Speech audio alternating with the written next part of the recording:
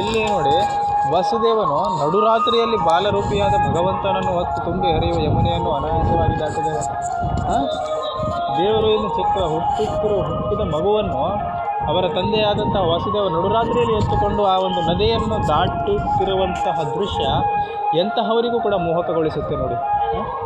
ಆ ಒಂದು ವಾಸುದೇವರ ಒಂದು ತನ್ನ ಮಗನ ಮೇಲೆ ಇರುವ ಮೋಹ, ವ್ಯಾಮೋಹ, ಪ್ರೀತಿ, ಆ ಒಂದು ದೇವರನ್ನು ಕೂಡ ಆ ದೇವರು ಹೇಗೆ ಹೊರಟಿದ್ದಾನೋ ನೋಡಿ. 7 ಎಡೆ ಹಾವು ಸರ್ಪಗಾವಿಲಿನ ಥರ ಇದ್ದುಬಿಟ್ಟು ಯಾವ ರೀತಿ ನಡೆದುಕೊಂಡು ಹೋಗುತ್ತೆ ದೇವರು. ವಸುದೇವ ಅದು ನಡುರಾತ್ರಿಯಲ್ಲಿ ತನ್ನ ಮಗನನ್ನು ಹೆಂಗೆ ಎತ್ತುಕೊಂಡು ಹೋಗುತ್ತಿದ್ದಾರೆ ನೋಡಿ.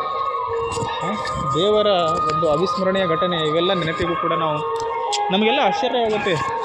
ದೇವರು ಎಂತೆಂತಹ ಒಂದು ಅವತಾರ ಒಂದು ಅವಿಸ್ಮರಣೀಯವಾದಂತಹ ಒಂದು ಜೀವನ ಘಟ್ಟದಲ್ಲಿ ಇರ್ತಾರಂತ ಎಲ್ಲರಿಗೂ ಕೂಡ ನಾವು ಆಶ್ಚರ್ಯ ಪಡಬೇಕಾಗಿರುವಂಥ ವಿಷಯಗಳು ಇವೆಲ್ಲ ಅಲ್ವಾ.